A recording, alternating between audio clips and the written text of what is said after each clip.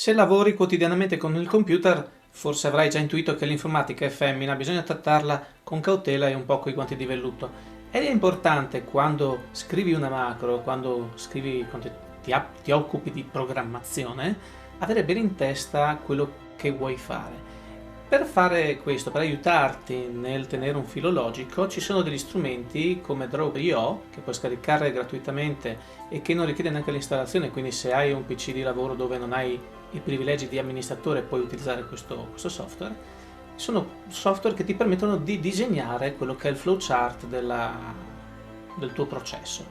Vediamo subito gli elementi base di questo strumento. Per scaricare questo software gratuito puoi andare su drawio.com, cliccare su download e vieni portato alla pagina dove puoi scaricare. Io ti suggerirei direttamente la parte Windows non installer, così non hai problema sul tuo PC di lavoro eventualmente se non hai le credenziali di amministratore. A quel punto avrai un eseguibile, basta farci doppio clic per aprirlo e potrai lanciare il programma. Lanciando l'eseguibile che hai salvato potrai creare un nuovo diagramma o aprirne uno esistente eventualmente. Noi andiamo direttamente su diagramma vuoto, per tanto quello che ci interessa partiamo da zero. Sulla sinistra vedi degli elementi che puoi aggiungere, poi ci sono un sacco di convenzioni, sinceramente non mi occupo particolarmente di conoscerle. Comunque io normalmente faccio un cerchio e questo qui per me è lo start, poi se ne sarà un altro che chiude il nostro processo, che sarà la fine, e nel mezzo qui succederà qualcosa e il grafico più semplice ha inizio fine, nel mezzo ci mettiamo un bel rettangolone che lo chiamo black box, che è quello che succede. Noi possiamo unire i vari elementi di questo grafico per dire ok, si inizia da qua, si va lì e si va in e poi si arriva alla fine. Molto lineare chiaramente.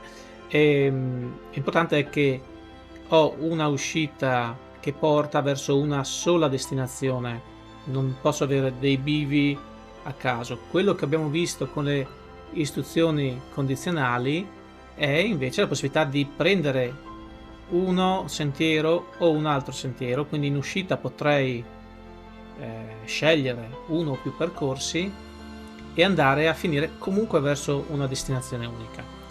Per l'if then else, questo sicuramente è uno standard, usiamo un rombo e se uniamo start al rombo ci arriviamo qui ci sarà la nostra condizione e qui sì che c'è un bivio, perché potremo avere un blocco di istruzioni 1 oppure un blocco di istruzioni 2 a seconda del risultato di quella condizione che viene verificata. Tipicamente un ramo è vero e l'altro ramo è il falso. Poi hai già visto strutture condizionali in cui è possibile scegliere più flussi in uscita, il select case ad esempio, sulla stessa espressione che viene valutata più volte posso prendere più strade in uscita, ma comunque arriverò a un solo blocco di istruzioni. Qui chiudiamolo pure. Questo è il nostro if then else. Una cosa importante è che se cercando di mettere in ordine il processo che stai scrivendo informaticamente ti viene fuori un grafico piuttosto articolato come potrebbe essere questo, puoi sempre cliccare su organizza, disposizione flusso orizzontale e Draw.io da solo cerca di farti un grafico messo un pochino più in ordine, ecco, e quindi questa cosa ti può aiutare, no? Per quanto si possa fare sicuramente di meglio. Chiaramente l'intento di questo video era solo di darti l'idea di che cosa vuol dire fare un flowchart, un diagramma di flusso e quali sono le potenzialità nell'aiutarti a non perdere per strada qualche pezzo. Bisogna andarsi a vedere un esempio un pochino più corposo per apprezzare al meglio l'utilità di questi strumenti, però sai benissimo che c'è e nel momento in cui vai un po' in difficoltà puoi utilizzarlo per aiutarti.